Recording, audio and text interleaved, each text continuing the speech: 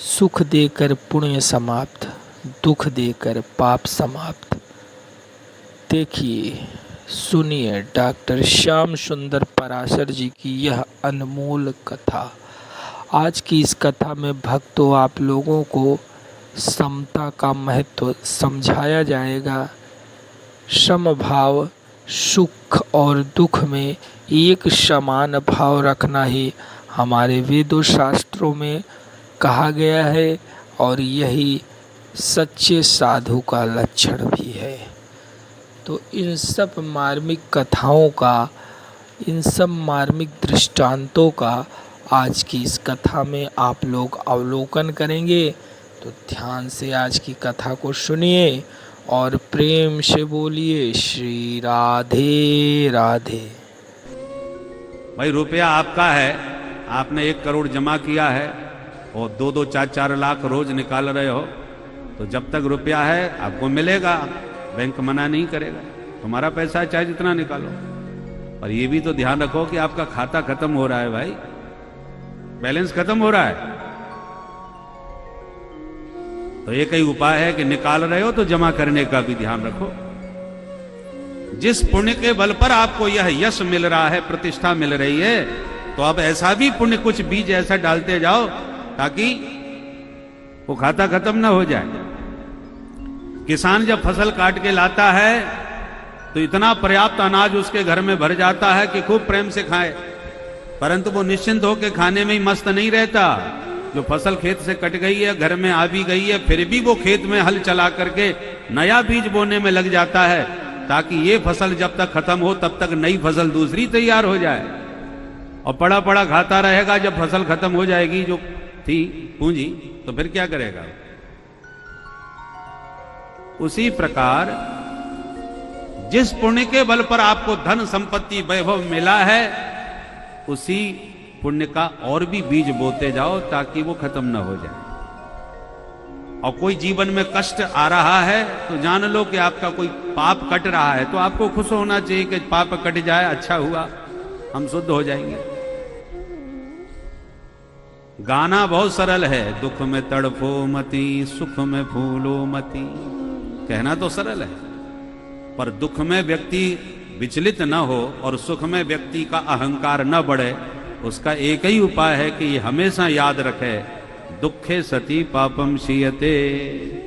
दुख में पाप नष्ट हो रहे हैं और सुख में हमारे पुण्य खत्म हो रहे हैं। तो पुण्य खत्म होने पर किस बात का हर्ष, और पाप के खत्म होने पर क्यों रोवे। और दोनों स्थिति में व्यक्ति सम हो जाता है।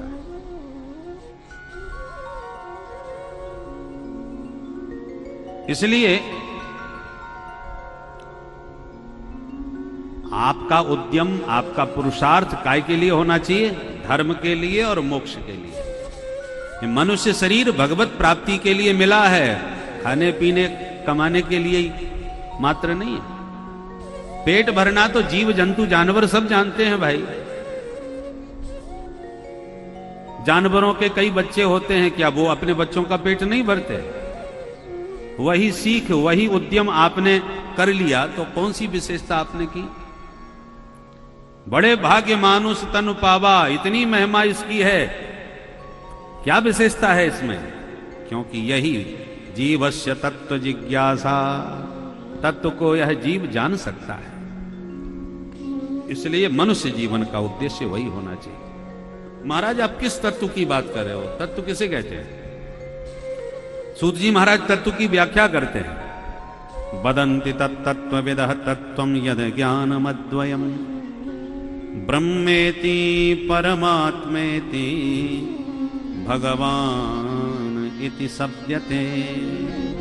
तत्व एक ही है, पर एकम सद्विप्राः बहुधा वदन्ति। उस एक तत्व को ही ज्ञानी ब्रह्म कहते हैं, योगी परमात्मा कहते हैं, भक्त उसी को भगवान कहते हैं।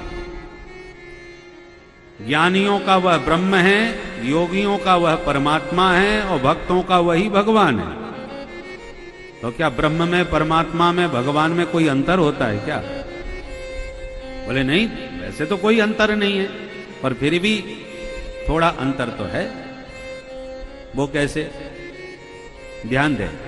दृष्टांत से। पानी को ही बर्फ बना दिया फ्रिज में रख करके, तो पानी और बर्फ में कोई अंतर तो नहीं। जो पानी था वही फ्रिज में बर्फ बन करके निकला, पर उसी पानी को हमने किसी पात्र में रख के चूल्हे पर चढ़ा दिया तो वही भाप बन के उड़ा। तो भाप में और पानी में और बर्फ में कोई अंतर है क्या? कोई अंतर नहीं है, विचार करके देख लो। पानी ही भाप बना है, पानी ही बर्फ बना है, इसलिए तत्वतः तो कोई अंतर नहीं है। परंतु आपको हो गई जुकाम खांसी, डॉक्टर ने कहा थोड़ा ये विक्स डाल करके गर्म पानी की भाप लीजिए, फायदा होगा।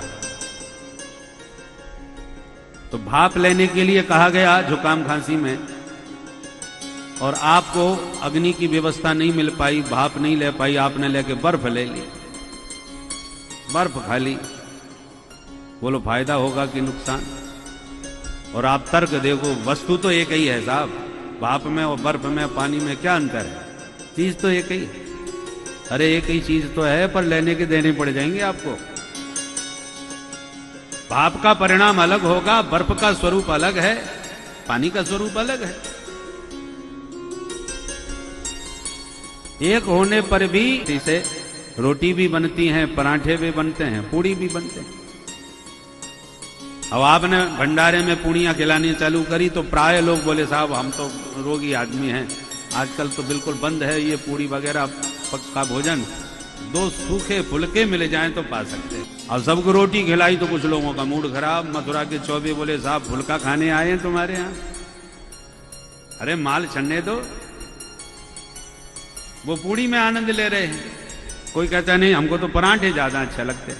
अब पराठे में भी कई वैरायटियां होती हैं, पूड़ी की भी कई वैरायटियां होती हैं? आलू के पराठे, गोभी के पराठे, कितने प्रकार के तो पराठे होते हैं। पूड़ी भी लाल पीली हरी बनाना जानते हैं, और रोटियां भी मिस्सी रोटी आदि कितने प्रकार की रोटियों में वैरायटी होती है। परंतु तत्वतः आटा एक ही है। अब उसी आटे से आपको जो रुचिकर लगे वो बना लो। उसी प्रकार तत्व वह एक ही है। अब वह तत्व किसी को निर्गुण निराकार रूप में ब्रह्म रूप से अच्छा लगता है, किसी को सगुण निराकार रूप में परमात्मा रूप से वह अच्छा लगता है, और किसी को सगुण साकार भगवान का स्वरूप बहुत प्रिय लगता है। सगुण साकार छैल छबीले नट नागर श्री कृष्ण कन्हैया का रूप माधुर्य देखा जिसने, वो कहता वाह कृष्णात् परम किमपि तत्वम हम न जाने। इससे बढ़िया और कोई तत्व हो ही नहीं सकता। तो भैया रुचि नाम वैचित्र्यात्, हर व्यक्ति की अलग अलग रुचि है, इसलिए हमारे ठाकुर जी ने भी अनेक रूप आया, अनेक रूप धारण कर लिए हैं। तुम्हें जो रूप पसंद आवे उसका आनंद लो। आपको सीधे सरल मर्यादित ठाकुर अच्छे लगते हैं तो राम जी के रूप में भगवान है, और आपको लगता है नहीं नहीं चंचल चपल नटखट ठाकुर हमें ज्यादा अच्छे लगते हैं तो कन्हैया बन करके वे ही तो हैं, अलग थोड़ी। हमें तो भोले भाले वैराग्य स्वरूप का ज्यादा आनंद आता है, तो बैठे हमारे भोले बाबा शंकर बैरागी के रूप में। एकम सद विप्रा बहुधा बदंती, तत्व एक ही है।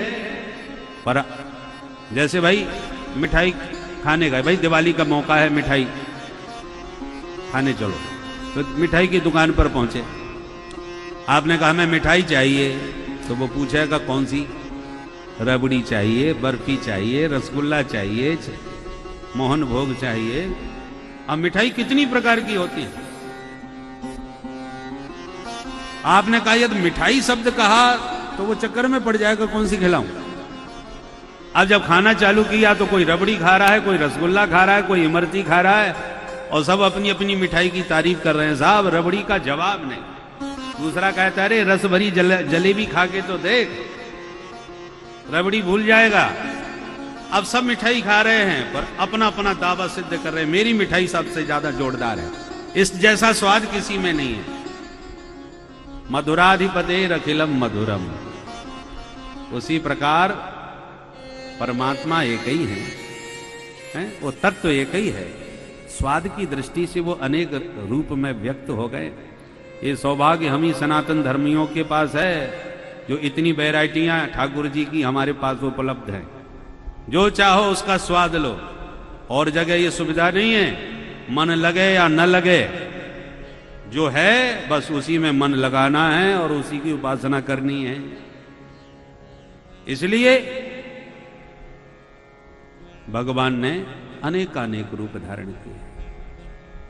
उस तत्व को जानो, उसमें अपने मन को लगाओ।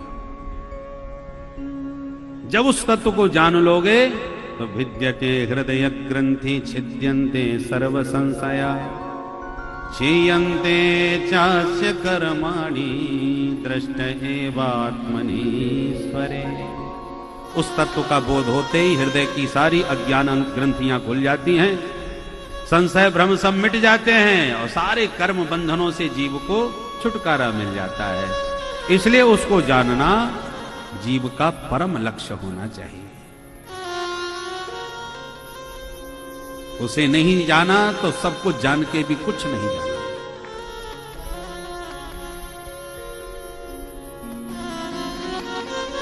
मिर्च मसाले रसोई में भरे पड़े हैं अनेक प्रकार के। आपने बढ़िया छौंका मारा, बढ़िया सब्जी बनाई, खूब मसालेदार, जोरदार, और नमक डालना भूल गए, सब भोजन का सत्यानाश। चाहे जितना बढ़िया छौंका हो, चाहे जितने बढ़िया मसाले हों, पर लवण बिना सब व्यंजन ठीक है, बेकार। उसी प्रकार आपने जीवन में बहुत कुछ उपलब्धियां, बड़े बुद्धिमान हैं लोग, बड़े बड़े आपकी बुद्धि का लोहा मानते हैं। जय जयकार इतनी है कि इंद्र जैसा ऐश्वर्य आपके जीवन में आ गया, चारों तरफ जय जयकार है आपकी, परंतु उस तत्व को नहीं जाना तो जीवन में आपने कुछ नहीं जाना। गोस्वामी जी कहते हैं बुद्धि बड़ी चतुराई बड़ी और सुंदरता तन में प्रगटी है, मान बड़ो धन धाम बड़ो यश कीरति हो जग में प्रगटी है। झूमत द्वार गजेंद्र हजार सो इंद्र से कछु नाही घटी है। पर तुलसी जगदीश की भक्ति बिना जैसे सुंदर नारी की नाक कटी है। क्या बढ़िया दृष्टांत दिया। कोई परम सुंदरी है, अनेक प्रकार के हीरे जवाहरात धारण करके जगमगाता हुआ उसका बपू है, आभूषण है, सुंदर साड़ी है, सब कुछ है, पर सामने से नाक गायब है, नाक कट गई, तो सब सुंदरता पर पानी फिर गया, सब बेकार हो गया। सुंदर नारी की नाक कटी। उसी प्रकार जीवन में सब कुछ प्राप्त होने के बाद भी भगवत भक्ति प्राप्त नहीं हुई तो सारा जीवन व्यर्थ गया, बेकार गया। भगवान के 24 अवतारों का वर्णन किया गया है कि भगवान किस किस रूपों में अवतार लेते हैं। श्री सौनकादि ऋषियों ने जब पूछा कि महाराज ये भागवत की रचना किसने की, पहले ये और बता दीजिए। सूत जी कहते हैं ऋषियों, द्वापर में श्री कृष्ण द्वैपायन वेद व्यास जी महाराज का अवतार हुआ। व्यास जी ने अपनी दिव्य दृष्टि से आते हुए भविष्य को देखा तो कलयुग के प्राणियों को देखकर उनके मन में विचार आया कि लोगों की बुद्धि बड़ी कमजोर है, कैसे करें, कैसे इनका कल्याण होगा। तब व्यास जी ने एक वेद के 4 विभाग कर दिए, ऋग्वेद, यजुर्वेद, सामवेद, अथर्ववेद। पर वेदों की भाषा बड़ी दुरूह है, लोग समझ नहीं पाते, तो पंचम वेद रूप में महाभारत की रचना की। 1 लाख श्लोकों का बृहद ग्रंथ महाभारत लिखा। राज ने पुराणों की रचना प्रारंभ कर दी। 17 पुराण लिख दिए, तब भी आत्मसंतुष्टि नहीं, संतोष नहीं। तो सिर पकड़ के बैठ गए, अब क्या करूं।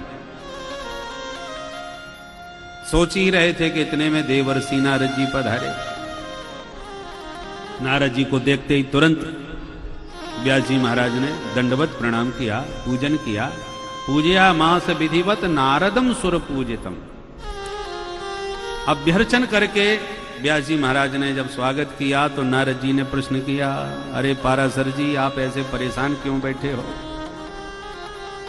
पाराशर्य महाभाग भवतः कच्चिदात्मना परितुष्यति शारीर आत्मा मानसे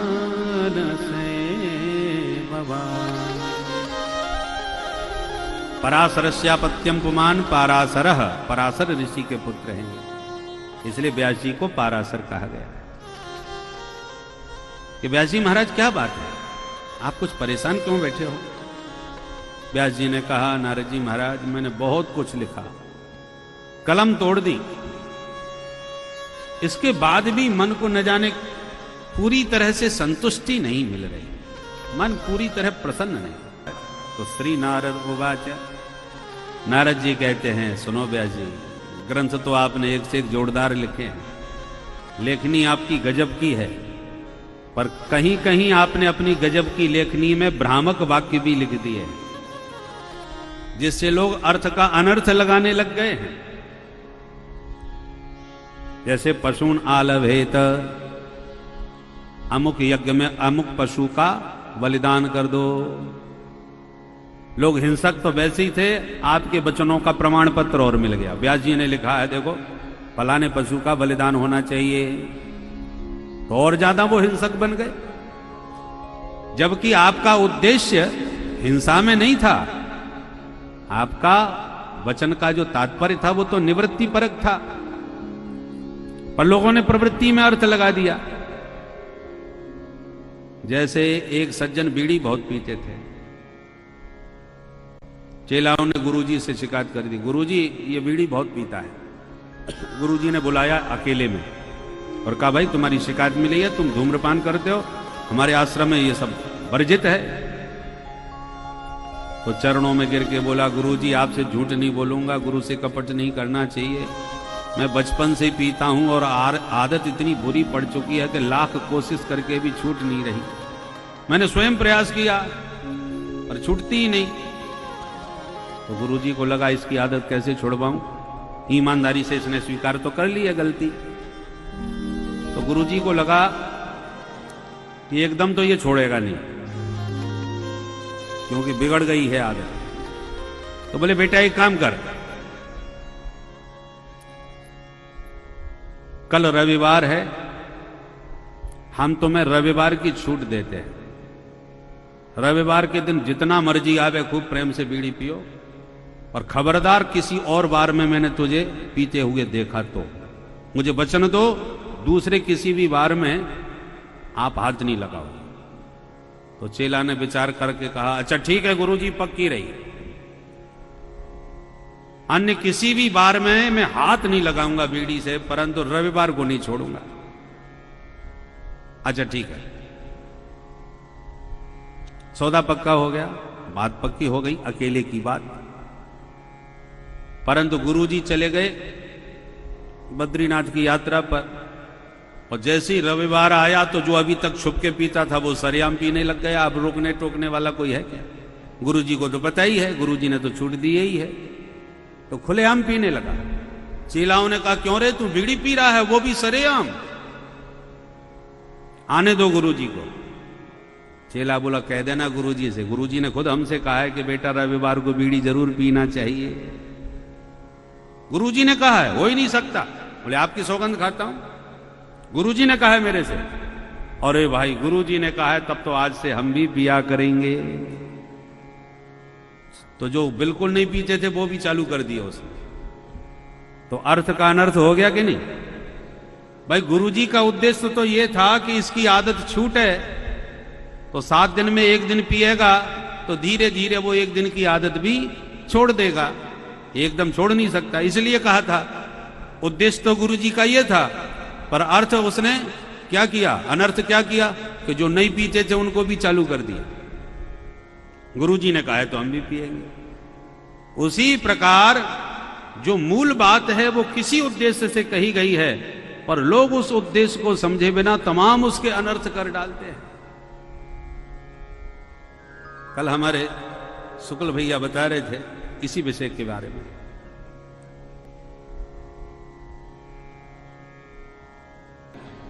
मस्ती में मैं नाच नाच के गा रहा था, जय सिया राम जय जय सिया राम, जय सिया राम जय। ताली बजा के मस्ती में गाइए, जय सिया राम जय जय सिया राम, जय सिया राम जय जय सिया राम, जय सिया राम जय जय सिया राम, जय सिया राम जय जय सिया राम, जय सिया राम जय जय सिया राम, जय सिया राम जय जय सिया राम, जय सिया राम जय जय सिया राम, जय सिया राम जय जय सिया राम, जय सिया राम जय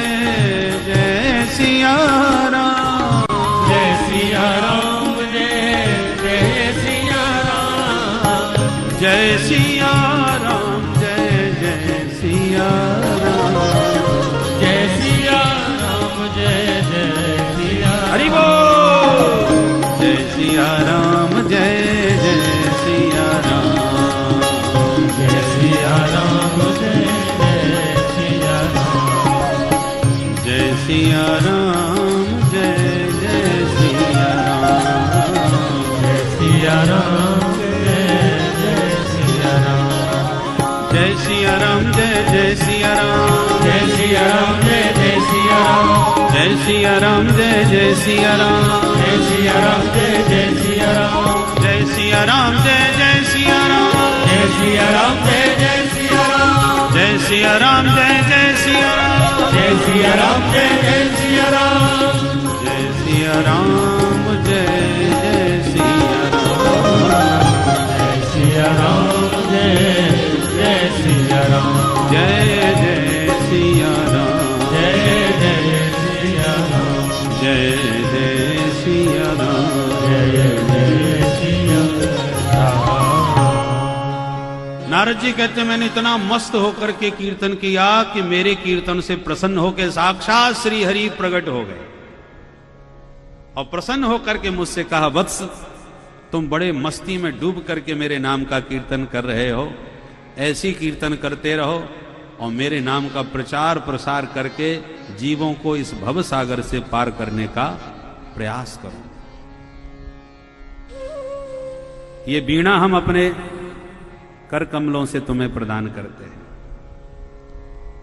ये सामान्य वीणा नहीं है, भगवान के हाथों से दी हुई वीणा है। नारद जी कहते हैं, व्यास जी जब से ये दिव्य वीणा मेरे हाथ लगी है, प्रभु का दिया हुआ तोहफा है, तब से इस वीणा में गोविंद के गीत गाता हुआ विचरण कर रहा हूं। और वो दासी पुत्र नारद भगवान के नाम से आज जगत पूज्य नारद बन गया है। मानव दानव दैत्य राक्षस कहीं भी चला जाऊं, मुझ नारद की सब जगह पूजा होती है। नारद जी की यही विशेषता है, सब जगह इनकी पूजा और आदर है। यह है नाम का प्रताप, यह है प्रभु की दी हुई वीणा का चमत्कार। वीणा छेड़ते ही मेरे मन के तार झनकृत हो जाते हैं, मैं गुनगुनाने लगता हूं। कैसी है ये वीणा? देवदत्ता में मां वीणा, वीणा की विशेषता बता रहे हैं। वीणा देवदत्ता में मां वीणा,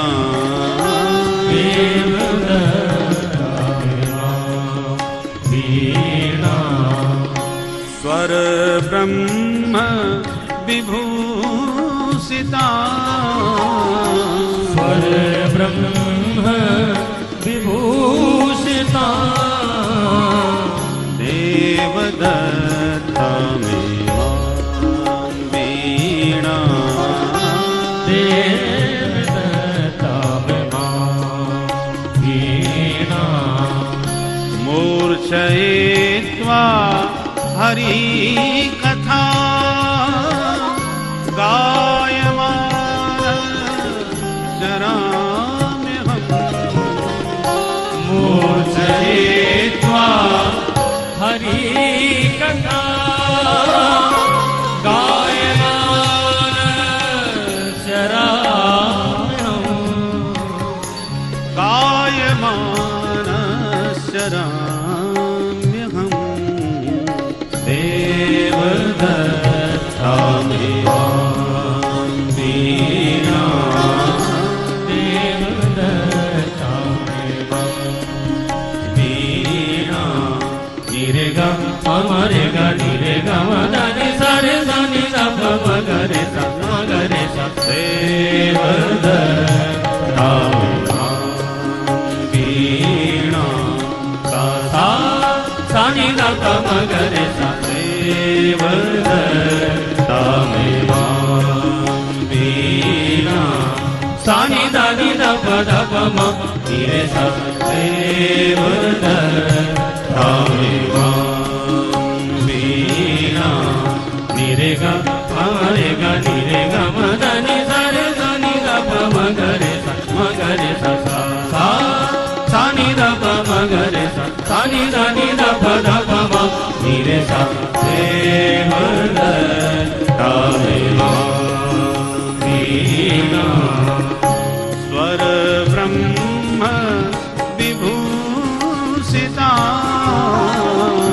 स्वर विभूषिता देवदत्ता में मां वीणा देवदत्ता में मां वीणा मूर्छयित्वा हरि कथा मूर्छयित्वा हरि कथा मूर्छयित्वा निरे ग मध मध सा सा मूर्छयित्वा सा गमदनि सा गमदनि सा गमदनि सा सा सा मूर्छयित्वा हरि कथा गायमान चराम्यहम् मूर्छयित्वा हरि कथा गायमान चराम्यहम् गायमान चराम्यहम् देवदत्ता में मां वीणा देवदत्ता में मां वीणा देवदत्ता देवदत्ता देवदत्ता में मां वीणा।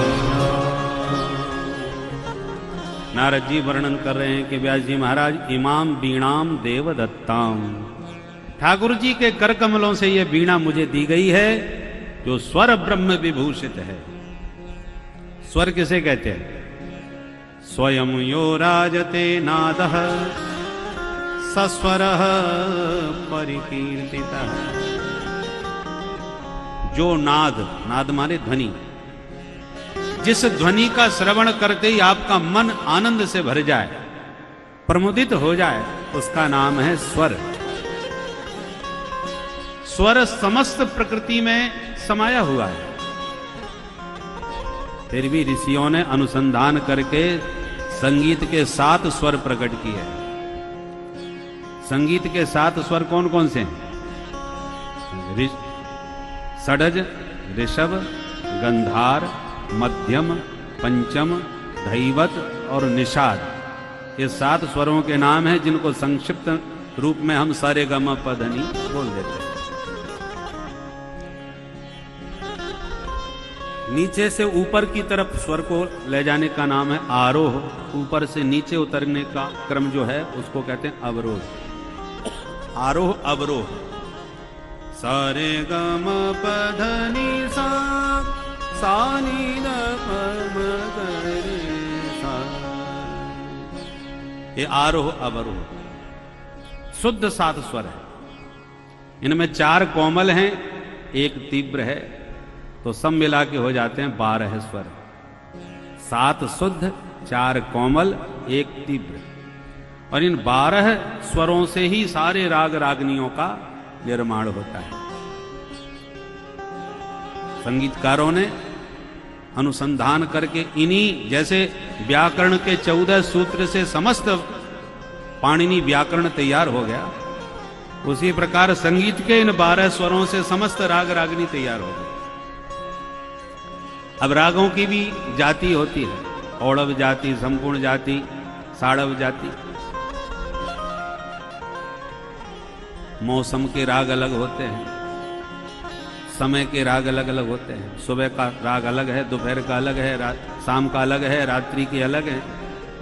बरसात के मौसम के राग अलग हैं, होली के अवसर के बसंत की स्वर अलग है। संगीत का पूरा शास्त्र है। इन 7 जो शुद्ध स्वर हैं, उन 7 स्वरों की उत्पत्ति कहां कहां से हुई है, ऋषियों ने अनुसंधान करके पशु पक्षियों की आवाज बड़े ध्यान से सुन करके इन स्वरों को समझा है और प्रकट किया है। जैसे मोर की आवाज सुन करके ही पहला स्वर प्रकट हुआ संगीत का, जिसका नाम है षडज, संगीत का स। मोर की आवाज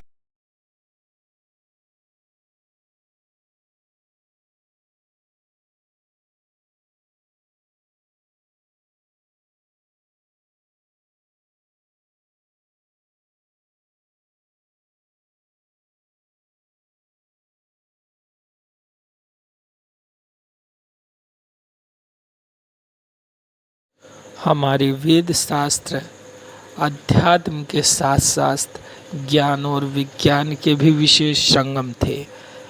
आज की इस कथा में आप लोग सुन ही रहे हैं कि किस प्रकार से स्वरों की उत्पत्ति हुई प्रकृति के द्वारा। जो स्वर जिस अक्षर को विज्ञान, ज्ञान, यह सब चीज़ें सीखती हैं, वह सब हमारे अध्यात्म में, हमारे भागवत में बताया गया कि इन सब को प्रकृति के द्वारा हम लोगों ने धारण किया है। और इसीलिए प्रकृति से हमारा जुड़ाव बहुत ही ज़्यादा होता है। हम लोगों को प्रकृति के साथ मिलकर, प्रकृति के साथ समभाव के साथ रहना चाहिए। इसीलिए हमारे वेदों शास्त्रों में प्रकृति की पूजा भी गई है। वृक्षों की, नदियों की, आकाश की, पृथ्वी की, अलग अलग रूप से प्रकृति की पूजा हमारे शास्त्रों में की जाती है। तो इस कथा में आगे और भी आप लोग रोचक तथ्यों को सुनिए और प्रेम से बोलिए श्री राधे राधे। और तब से ये नारद जगत पूज्य नारद बन गया है। व्यास जी आप भी प्रभु के गुण गाइए, फिर देखिए चमत्कार। और यूं कह के नारद जी चले गए और व्यास जी समझ गए, तुरंत अपनी गुफा से बाहर निकले। बद्रीनाथ में थोड़ा ऊपर और जाओ तो माना गांव मिलता है। माना गांव में व्यास गुफा है। व्यास जी अपनी गुफा से बाहर निकल के नीचे सरस्वती नदी बह रही है, उसमें जाके स्नान किए और पुनः गुफा में बैठ के जब ध्यान लगाए तो भागवत की भागीरथी हृदय में प्रवाहित होने लगी।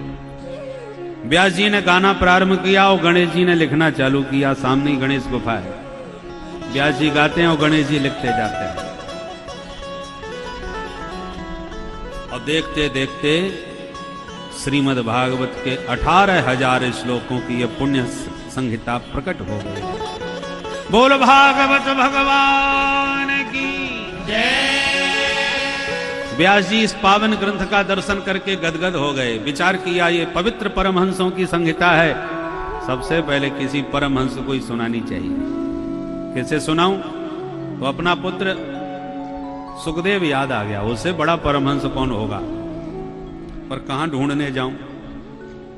तो अपने 4 चेला बुलाए, उनको बढ़िया बढ़िया भागवत के श्लोक रटाए और कहा इन श्लोकों को तुम जा करके खूब गुनगुनाओ चारों तरफ।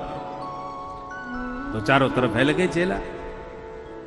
अब जिस गुफा में सुखदेव जी ध्यान मग्न बैठे थे ब्रह्म के चिंतन में,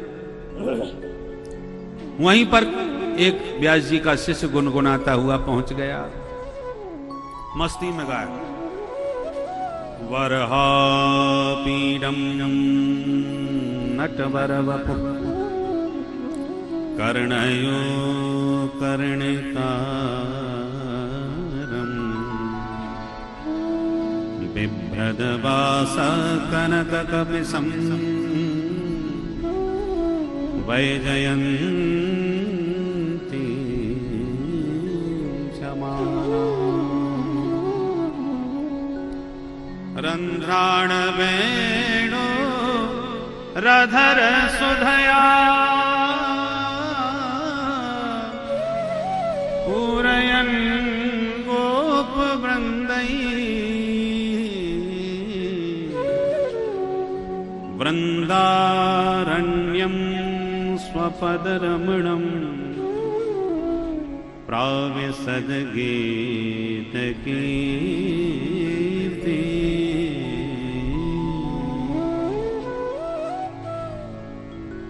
इस श्लोक का भाव है, मोर पंख का मुकुट धारण किए हुए मुरली मनोहर माधव बंसी बजाते, पीतांबर फहराते, गैया चराते, मंद मुस्कुराते वृंदारण्य में प्रवेश पा रहे हैं। जो सुखदेव जी ने सुना कि वाह, ऐसे मोर मुकुट बंसी वाले से मिलना चाहिए भैया, बड़ा प्यारा है। बड़े बड़े ब्रह्मज्ञानी जब प्रभु की रूप माधुरी का श्रवण करते हैं तो दीवाने हो जाते हैं। जनक जी जैसे महाज्ञानी विदेहराज जो कहलाते हैं, और राम जी को देखते ही दीवाने हो गए।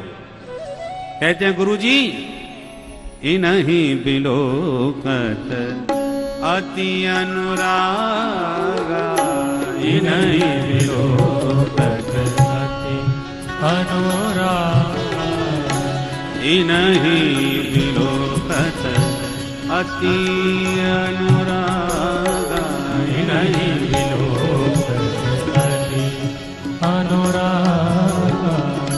परवश ब्रह्म सुख ही मनु त्यागा, परवश ब्रह्म सुख ही मनु त्यागा, परवश ब्रह्म सुख ही मनु त्यागा, परवश ब्रह्म सुख ही मनु त्यागा, इन्हीं बिलोकत अति अनुरागा, इन्हीं बिलोकत अति बिलोकत अति बिलोकत अति अनुरागा। गुरुजी, इनको देख करके तो मेरा बैरागी मन आज अनुरागी हो गया। जो मैं नाम रूप को मिथ्या कहने वाला था, आज मैं इस रूप का दीवाना हो गया। यह है राम जी की रूप माधुरी का जादू। यह है सगुण साकार प्रभु की छवि का चमत्कार। जबरदस्ती चित्त को चुराने वाले चित्त चोर हैं। राम जी भी विश्व चित्त चोरा हैं, कन्हैया तो है ही नमामि चित्त चोरकम। तो जीवों का चित्त चुराने के लिए ही तो त्रिभुवन कमनीय रूप धारण करके प्रकट भये हैं प्रभु। कि जीवों का विषयी चित्त विषयों में चिपका पड़ा है, वहां से हटना नहीं चाहता। तो भगवान अपनी रूप माधुरी से खींचते हैं उन्हें अपनी ओर। करसतीति कृष्ण। सुखदेव जी का चित्त भी खिंच गया, दीवाने हो गए। ऐसी रूप माधुरी का दर्शन करना चाहिए, मिलना चाहिए, कौन है, कैसा है। फिर मन में विचार आया है तो बड़ा छैल छबीला, और स्वभाव न जाने कैसा होगा। हम दीवाने बने दौड़ के जाएं और वो हमसे सीधे मुंह बात भी ना करे, तो हम ऐसे के चक्कर में ही क्यों पड़े। इसलिए कहीं मत जाओ, शांति से बैठ के ब्रह्म चिंतन करो। मन को समझाया और दोबारा ध्यान लगाया। तब तक दूसरा श्लोक कान में आया और इस दूसरे श्लोक में भगवान के स्वभाव का वर्णन था। उस बंसी वाले का स्वभाव कैसा है? अहो बकीयम स्तन कालकूटम, अहो बकीयम स्तन कालकूटम, जिघांसया पाय यदाप्यसाध्वी,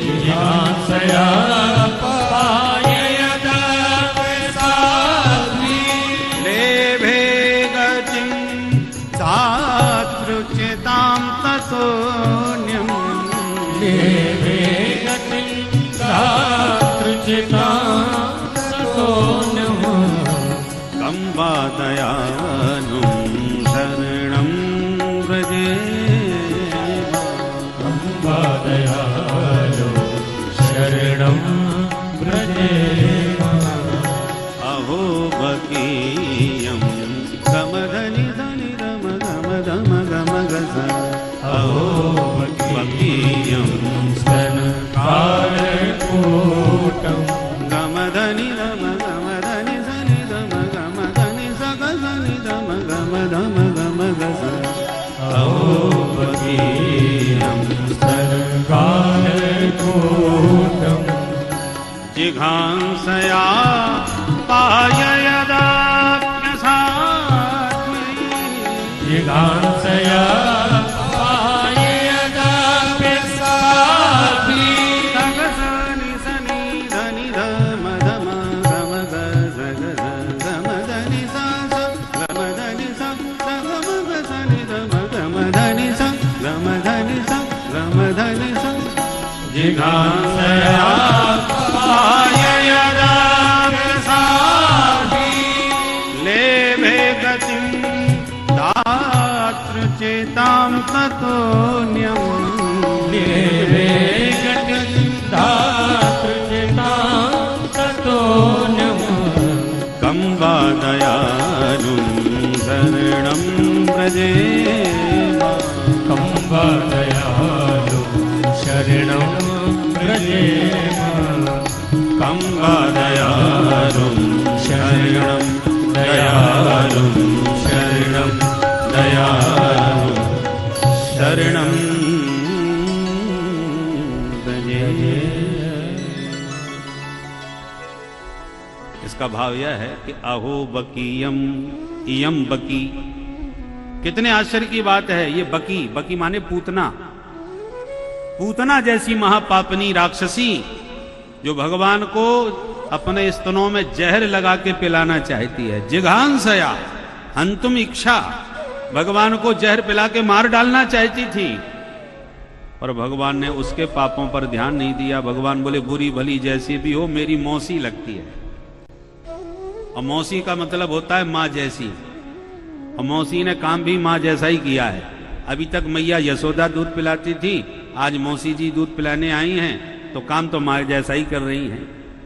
इसलिए सारे पापों पर पर्दा डाल के प्रभु ने धात्र्योचित गतिम लेभे, माँ के समान गति मौसी जी को प्रदान कर दी। कंबा दयालु, बोलो ऐसा परम दयालु दूसरा कोई होगा? ऐसो को दार जगमाए। भगवान किस बात पर रीझ जाए कोई पता नहीं, न जाने कौन से गुण पर दयानिधि रीझ जाते हैं। यही हरिभक्त कहते हैं, यही सदग्रंथ गाते हैं। जो नोट कहीं ना चलता हो ठाकुर जी के दान पात्र में फटाफट चल जाता है। बोलो राधे राधे। भगवान के दरबार में तो सब खरे खोटे चलते हैं। जब सुखदेव जी ने सुना कि वो ऐसे दयालु भी हैं, तो हरे गुणाक्षिप्तमति भगवान बादरायणी, गोविंद के गुणगणों ने चुंबक की तरह चित्त चुरा लिया। सुखदेव जी तुरंत समाधि से बाहर निकल के भागे और बोले भैया बड़े प्यारे प्यारे श्लोक गाए, जरा दो चार और गुनगुनाए दो।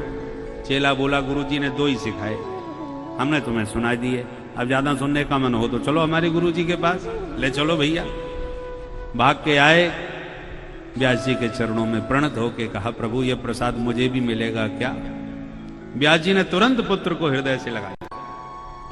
मन में विचार कर रहे हैं कि हमें छोड़ के भाग गया था, और प्रभु के गुणों का चमत्कार देखो, चुंबक की तरह खुद ही चला आया, और तब अपने प्रिय पुत्र को पात्र समझ करके पूरा अमृत पिला दिया श्री व्यास जी महाराज। और फिर इस कथा सुधारस का पान करके सुखदेव जी ने समय पा करके गंगा तट पर अनशन व्रत लिए बैठे परीक्षित को यह कथा श्रवण कराई।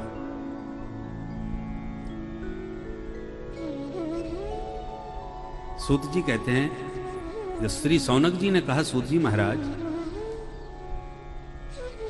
सुखदेव जी ने परीक्षित को भागवत क्यों सुनाई? वो तो चक्रवर्ती सम्राट थे, उन्हें 7 दिन की फुर्सत कैसे मिल गई? और फिर सुखदेव जी तो भी गोदोहन काल से ज्यादा ठहरने वाले महात्मा नहीं, फिर वो 7 दिन तक कैसे बैठे रहे परीक्षित को कथा सुनाने के लिए? ये प्रसंग थोड़ा विस्तार से सुना। देखो, दिवाली का अवसर है, मिठाइयां खूब बन रही हैं, पर जो मिठाई 2 कढ़ाई में बनाई जाती है वो ज्यादा रसीली होती है। जैसे जलेबी है, पहले कढ़ाई में सेकी जाती है, सेक के जलेबी तैयार हो गई, फिर चाशनी की कढ़ाई में डाली जाती है, तब वो रसीली हो जाती है।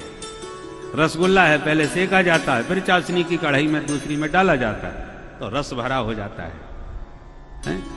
उसी प्रकार व्यास जी महाराज ने भागवत की जलेबी सेक के तैयार कर दी, बना के कंप्लीट कर दी, परंतु सुखदेव जी जैसे परमहंस के हृदय की चाशनी में थोड़ी देर इसको डाल दिया, और उसके बाद सुखदेव जी ने जब इसको परोसना प्रारंभ किया परीक्षित के माध्यम से, तो इस रस भरे पकवान को जिसने पाया वही रस में सराबोर हो गया, आनंद विभोर हो गया। परीक्षित भी कोई सामान्य व्यक्ति नहीं है। यदा मृधे कौरव सृंजयाणाम वीरे स्वतो वीरगतिं गतेषु ब्रकोदरा विद्ध गदाभिमर्श भगनोरुदंडे धृतराष्ट्रपुत्रे।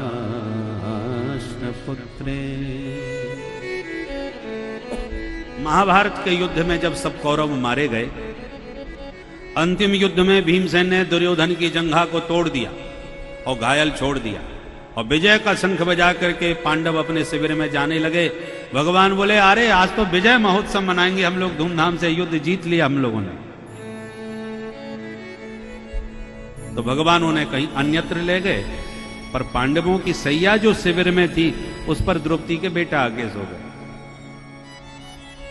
सभी महारथी पुत्र थे पांडवों के, सर्व एव महारथा, परंतु घायल पड़े दुर्योधन के पास उसका मित्र अश्वत्थामा पहुंचा और कहा, मित्र तुम्हारी ये विडंबना देखी नहीं जा रही। एक बात कहूंगा, मुझे सेनापति बनाया होता तो शायद ये दिन ना आता। दुर्योधन बोला, जो होना था सो हो गया, अब तुम मेरे लिए क्या कर सकते हो वो बताओ, बोलो क्या चाहते हो। दुर्योधन ने कहा, मित्र हम 100 भाई थे पर आज एक भी नहीं बचा।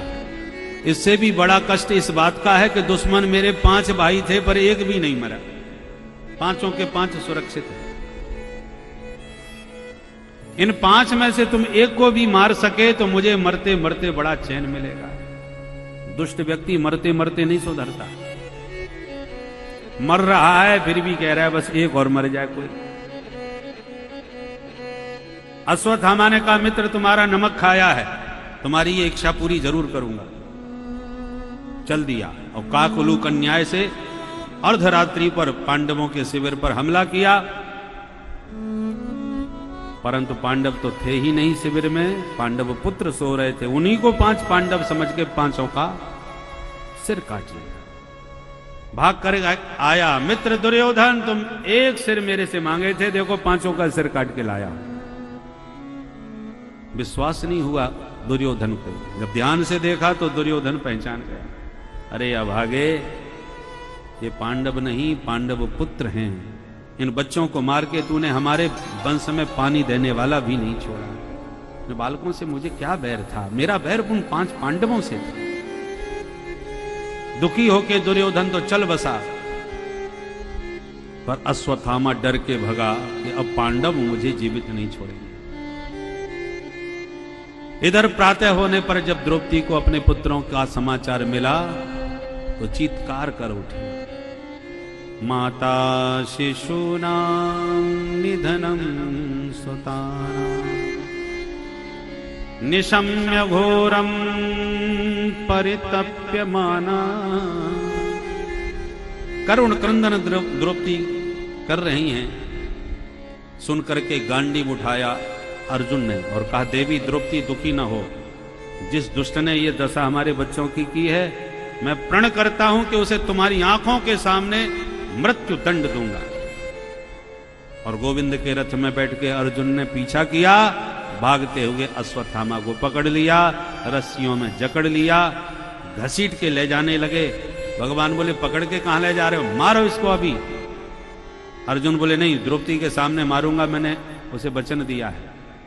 ठीक है, पशुओं की तरह लाके घसीट के पटक दिया द्रौपदी के सामने। ये रहा हत्यारा, बताओ देवी द्रौपदी क्या चाहती हो, इसको क्या दंड दिया जाए। द्रौपदी ने जैसे ही देखा तो तुरंत खड़ी हुई और अश्वत्थामा के चरणों में दंडवत प्रणाम करने लगी। देखने वाले दंग रह गए, ये क्या हो रहा है। जिस मां के 5 पुत्रों की हत्या हुई हो और हत्यारा तत्काल पकड़ा भी गया तो मां उसे दंडवत प्रणाम करेगी, बल्कि सिंहिनी बन करके उस पर टूट पड़ेगी। गाय कितनी सीधी होती है और उसके सद्योजात बछड़े, अरे गुरुदेव का पुत्र तो गुरुदेव के समान ही वंदनीय होता है। इसलिए मुच्यता में स ब्राह्मणो नितराम गुरु पुत्र होने के नाते और ब्राह्मण होने के नाते ऐसा मुच्यता, इसे तुरंत छोड़ दो। क्योंकि मैं नहीं चाहती कि जैसे मैं पुत्र के शोक में डूब रही हूं, यदि इसको तुमने मारा तो तुम्हारी गुरु माता भी मेरी तरह पुत्र शोक में डूब जाएगी। मेरे पुत्र नहीं हैं तो पति तो हैं। तुम्हारी गुरु माता को देखो, जो अपने पति को खोए बैठी है, केवल बेटे का मुंह देख रही है। इस बेटे को भी तुम छीन लोगे तो उस मां पर क्या बीतेगी, सोचो। द्रौपदी के इस दिव्य करुणा से भरे और धर्म युक्त वचनों को सुनकर के धर्मराज बड़े गदगद हो गए। द्रौपदी ठीक कह रहे हैं। अर्जुन, मैं भी कहता हूं इसको तुरंत छोड़ दो, जो होना था हो गया, माफ करो। भीमसेन की आंखें लाल, गदा उठा के गरजते हुए बोले, सब छोड़ दो पर मैं नहीं छोड़ूंगा इसको। गरजने लगे क्रोध में। अर्जुन बोले, हां भैया, मैं भी नहीं छोड़ सकता, क्षत्रिय हूं, प्रतिज्ञा करके बैठा हूं, प्रण से पीछे नहीं हट सकता। अब समस्या खड़ी हो गई।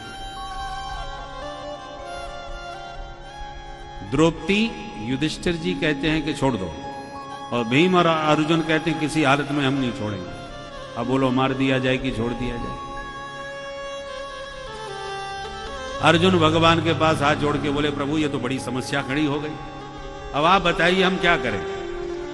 भगवान बोले, तुम हमारी बात तो सुनते नहीं ध्यान से। हमने जब तुमने इसे पकड़ा था तभी हमने कहा था छुट्टी करो यहीं। तुम जबरदस्ती हमारी बात सुने बिना यहां घसीट लाए, अब मामला फंस गया ना, अब हम क्या बताएं। बोले, प्रभु अब कुछ भी करो, समाधान तो आप ही दे सकते हो। भगवान बोले, समाधान हम नहीं देंगे, धर्मशास्त्र देते हैं समाधान। अच्छा तो आप बताओ शास्त्र इस विषय में क्या कहते हैं। भगवान बोले, अर्जुन शास्त्र का तो स्पष्ट आदेश है, ब्रह्म बंधुर न हंतव्य। ब्राह्मण कितना भी गया गुजरा हो पर उसे मारना तो बिल्कुल नहीं चाहिए। तो मेरी प्रतिज्ञा का क्या होगा सरकार। भगवान बोले, नहीं, शास्त्रों ने यह भी कहा है, आतताई बधारहण, अत्याचारी कोई भी हो उसे कभी जिंदा मत छोड़ो। शास्त्र का आदेश है, किसी भी हालत में इसको छोड़ना मत। अर्जुन ने कहा, जय हो न्यायाधीश महाराज। अभी कह रहे थे ब्राह्मण है मारना मत, अब कह रहे हो ये आतंकी है छोड़ना मत। आप मुझे सुलझा रहे हो या और उलझा रहे हो। आपका कहने का मतलब क्या है। आपने तो दोनों बात कर दी कि टेढ़ी टांग वाले के हर काम टेढ़ी मेढ़े होते हैं। राम जी का हर काम सीधा और श्याम जी का हर काम टेढ़ा। राम जी का नाम ही कितना सीधा है, राम, बड़े आराम से कोई भी बोल सकता है। और इनका नाम ही कितना विचित्र, कृष्ण, बोलने वाले की जीव ही चक्कर खा जाए। प्राय लोग बोल भी नहीं पाते, लोग कहते किशन, कृष्ण नहीं बोल पाते तो किशन बोलते। नाम से ही टेढ़े नहीं है, देखने में भी देखो राम जी जहां मिलेंगे सीधे खड़े मिलेंगे ऊपर से नीचे तक, और श्याम जी को आप कभी सीधा देखेंगे ही नहीं। कमर टेढ़ी, चरण टेढ़े, चितवन टेढ़ी, ऊपर से मुकुट भी टेढ़ा, ऊपर से नीचे तक जलेबी जैसे टेढ़े मेढ़े ही रहते हैं। तो नाम से भी टेढ़े हैं और देखने में भी टेढ़े हैं और बोलने में भी टेढ़े हैं। राम जी सीधी सीधी बात करते हैं और श्याम जी बड़ी टेढ़ी मेढ़ी बात, उनकी बात व्यक्ति समझ ही नहीं सकता। अब इसी प्रसंग में देख लो, इतना टेढ़ी बात बोल रहे हैं। अर्जुन जैसा चेला चकरा गया, अब क्या कहना चाहते हैं। लीला भी सब टेढ़ी में, और अपमान अश्वत्थामा के लिए मृत्यु से भी बढ़ करके था। चला तो गया पर ठान लिया कि अब इस वंश में सचमुच किसी को नहीं छोड़ूंगा। वैसे तो कोई बचा नहीं, परंतु एक है। कौन? वीर अभिमन्यु की पत्नी उत्तरा अभी गर्भवती है, उसी संतान से इनकी वंश वृद्धि होगी, और वो नष्ट तो सारा वंश समाप्त, वंश दीपक बुझ जाएगा। तो तुरंत ब्रह्मास्त्र छोड़ दिया अश्वत्थामा ने उत्तरा के गर्भ को नष्ट करने। और इधर भगवान विदाई ले रहे थे पांडवों से, भैया अब तुम अपना घर संभालो, हम चले अपने घर। आप जानते हो परिवार हमारा बहुत बड़ा है, बहुत दिनों से बाहर है। पांडव न चाहते हुए भी भगवान को विदा करने लगे। सबसे यथायोग्य मिलके भगवान जैसे ही रथ में कदम रखे बैठने को, कि उसी समय चीखती चिल्लाती उत्तरा भगवान के चरणों में जा गिरी। पाहि पाहि महायोगिन देव देव जगतपते, नान्यं पदभयं पश्ये यत्र मृत्यु परस्परम। पाहि मां केशव पाहि मां।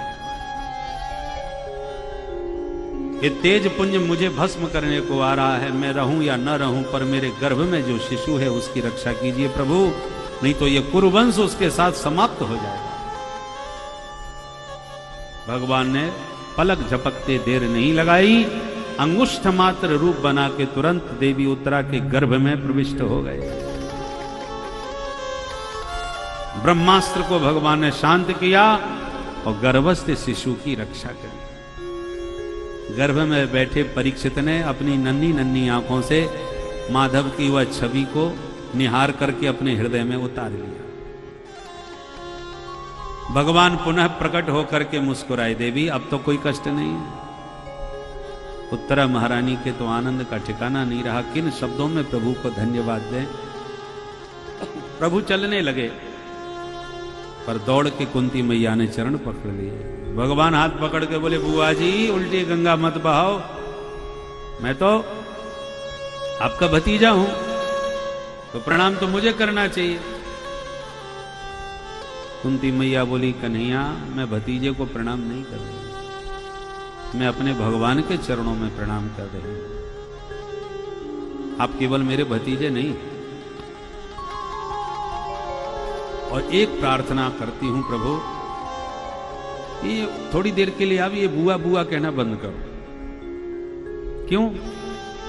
बोले कारण यह है कि मैं जब जब आपकी महिमा, आपकी भगवत्ता, आपके ऐश्वर्य को समझने लगती हूं, तभी आप बड़े प्यार से बुआ जी, जब आपके द्वारा मैं बुआ जी शब्द सुनती हूं तो मैं अपने भतीजे को देखने लगती हूं कि ये मेरा ही तो भतीजा है, मेरे भैया वसुदेव का ही तो लड़का है, और फिर आपकी सारी महिमा को भुलाकर सिर्फ भतीजा मान के रह जाती हूं। इसलिए थोड़ी देर के लिए आप मौन रहिए और अपने हृदय के उद्गार मुझे कहने दीजिए। अच्छा बोलो बुआ। तब कुंती मैया ने 26 श्लोकों में बहुत प्यारी स्तुति गाई है। नमस्ते पुरुषं त्वाद्यम ईश्वरं प्रकृते परम अलक्षं सर्वभूतानां अन्तर्बहिरवस्थितं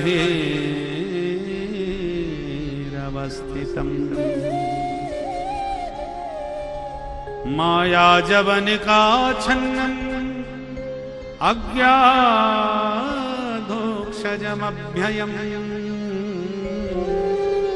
न लक्ष्यसे मूढदृशा नटो नाट्यधरो यथा तथा परमहंसानां मुनीनाममलात्मनां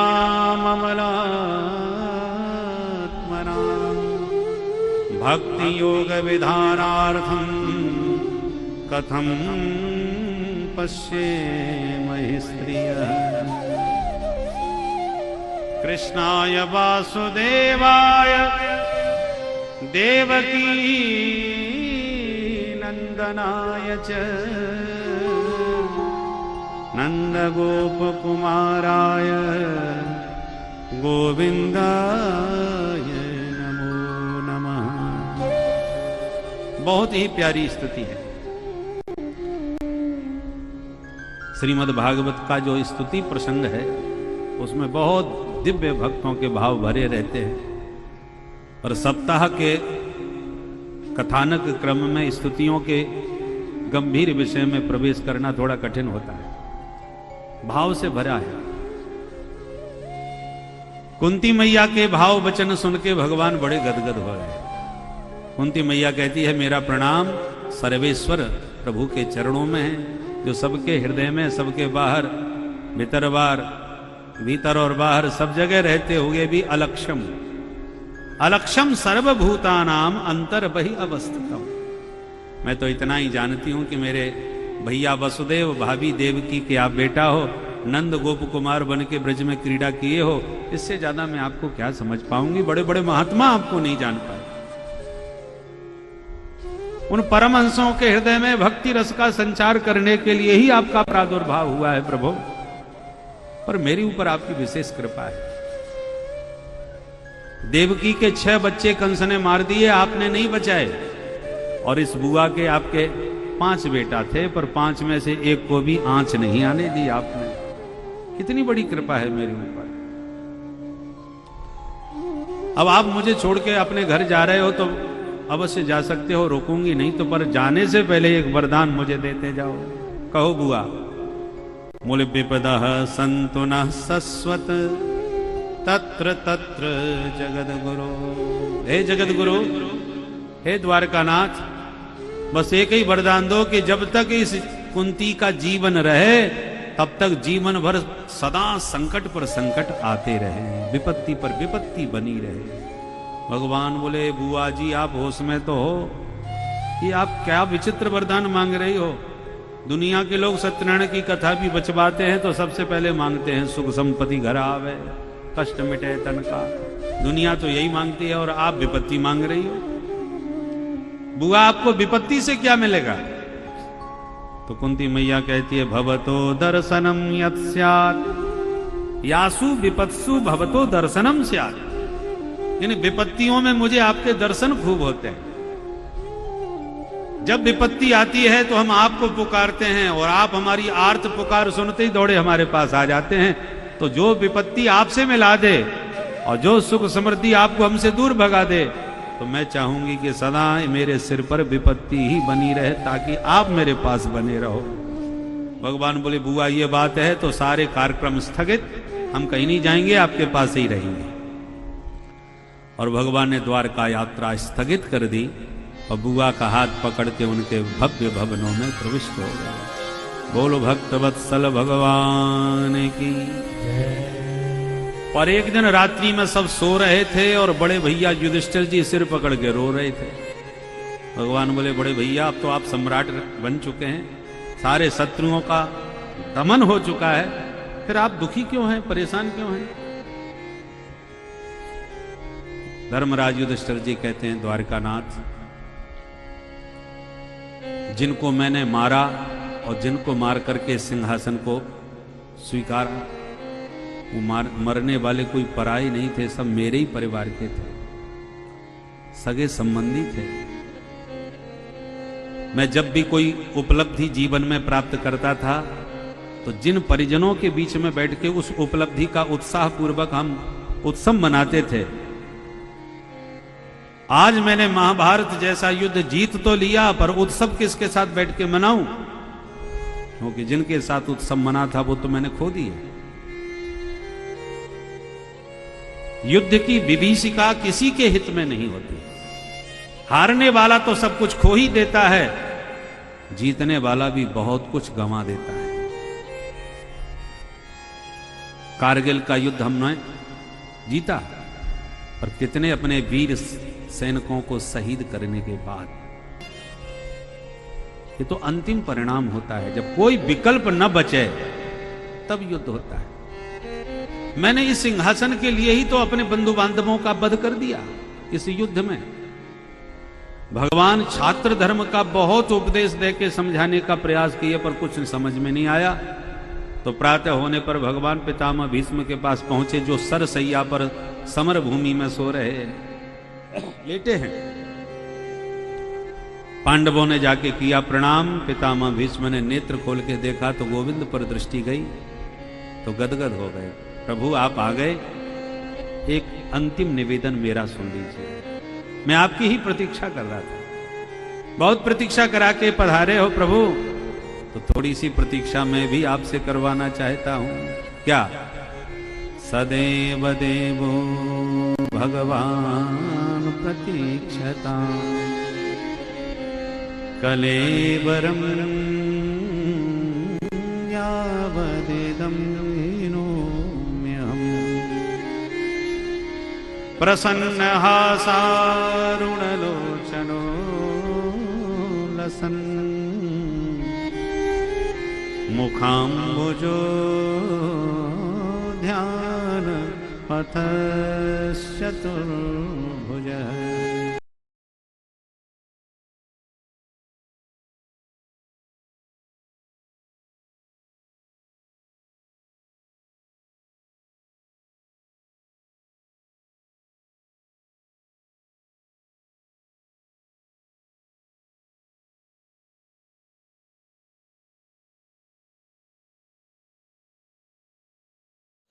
माखन चूर भगवान श्री कृष्ण की इस अद्भुत लीला प्रसंग, इस अद्भुत कथा को सुनकर आप लोग माखन चूर भगवान की पूजा अर्चना में विशेष ध्यान दीजिए। इस सावन के अवसर पर आप लोग सावन में शिव भगवान की पूजा कीजिए, हमारे महादेव की पूजा कीजिए।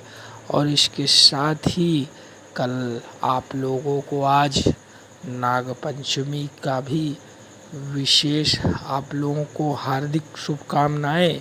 नाग पंचमी में भी आप लोग ईश्वर पर ध्यान लगाएं। और नाग पंचमी पर्व पर एक विशेष वीडियो हम अगले युगांक में बनाएंगे, जिसको आप लोग सुनिएगा और अपने मन को ईश्वर भक्ति में लगाइए और प्रेम से बोलिए श्री राधे राधे। युधिष्ठिर जी विविध प्रश्न किए, पितामह भीष्म ने उनके उत्तर दिए। राजधर्म, दान धर्म, मोक्ष धर्म, स्त्री धर्म, सभी धर्मों का मर्म जब समझ में आया तो युधिष्ठिर जी का शोक समाप्त हो गया। अर्जुन को विषाद हुआ तो भगवत गीता प्रकट भई गोविंद के मुख से, और युधिष्ठिर जी को जब विषाद हुआ तो भीष्म गीता प्रकट हुई पितामह भीष्म की वाणी से। और सारे उपदेश का सार एक सूत्र में भी पितामह भीष्म ने दिया है। श्रूयताम धर्म सर्वस्व श्रुत्वा चैवावधार्यताम आत्मनः प्रतिकूलानि परेषां न समाचरे। सभी धर्मों का सार एक शब्द में सुन लीजिए। क्या? जो आपको व्यवहार अच्छा नहीं लगता, आपसे जो व्यवहार कोई करे और आपको अच्छा न लगे, बस वही व्यवहार आप दूसरों से करना छोड़ दीजिए। ये सब बातों का सार है। परंतु हम जब अपनी दुकान पर बैठ के किसी को चूना लगाते हैं, डाणी मारते हैं, तो बड़े खुश होकर के घर पहुंचते हैं, आज बहुत गजब की दुकान चली, बहुत बढ़िया इनकम हुई। और जब हमको कोई चूना लगाता है और 40 की चीज 400 में पकड़ाता है और बाद में हमको पता चलता है, तो 4 दिन तक गाली देते हैं, नंबर 1 का ठगिया है, दुष्ट कहीं का, धूर्त कहीं का। बताओ, हमको चूना लगा दिया उसने। क्यों जी? आप जब ठगे हैं तो आपकी कमाई, और जब आपको कोई ठगे तो वो धूर्त है। आत्मनः प्रतिकूलानि परेषां न समाचरे। तो जो व्यवहार आपको अपने प्रति अच्छा नहीं लगा, आप भी तो दूसरे से वो व्यवहार मत करो। ये सभी धर्मों का सार है। जब सास चिल्लाती है तो बहू को कितना परेशानी होती है। मेरी सास तो मुझे प्रेम से सांस भी नहीं लेने देती, उसकी इच्छा से सांस चलती है मेरी, इसलिए पक्की सास है। पर वही बहू जब खुद सास बन जाती है तो फिर अपने रोल में आ जाती है, फिर भूल जाती है सास भी कभी बहू थी। बोलो राधे राधे राधे राधे। सारी बातें भूल जाती है। तो आत्मनः प्रतिकूलानि परेषां न समाचरे। पितामह भीष्म को लगा अब चल देना चाहिए, प्रभु सामने खड़े हैं, तो बहुत प्यारी स्तुति पितामह भीष्म ने गाई, पुष्पताग्र छंद में, बहुत दिव्य श्लोकों से स्तुति की है। आइए 2-4 श्लोकों का आनंद लीजिए। इति मति रूप कल्पिता वितृष्णा भगवती सात्वत पुंगवे विभूमि स्वसुख मुपगते क्वचित् विहरित प्रकृति मुपेयुषि भव प्रवाह त्रिभुवन कमलं तमाल वर्णं रविकर गौरवराम्बरं दधाने वपुरलित कुलावृधाननाद विजय सखे रतिरस्तु मेन्यवध्या युधितोर कर्णो विधूम्र विश्व सचलुलित श्रमवार्यलङ्कृतासे मम निज शरीर्विविद्यमान ज्वलिमिल सत्यवचेषु कृष्ण आत्मा सपति सखि बचो निसंग मध्य निज परयोर्बलयोरथं निवेश स्थितवति परसैनिकायुरग्रं रथवति पार्थ सखे रतिर्नमास्तु व्यवहित प्रतनानितं निरीक्ष्य स्वजन बलाद् विमुखस्य दोषबोध्या उमति महरदात्मविद्ययाय शरणरति परमस्य तस्य मेषु स्वर्गममप्रहाय मत्प्रतिज्ञा व्रतमधिकर्तुमवाप्तु दोरधस्तः कृतरथ चरणों भयाचल गुर हरे वहन्तु में हम गतोत्तरी। पितामह भीष्म की ये बहुत प्यारी स्तुति है। अथ से प्रारंभ होता है और इति पर विश्राम किया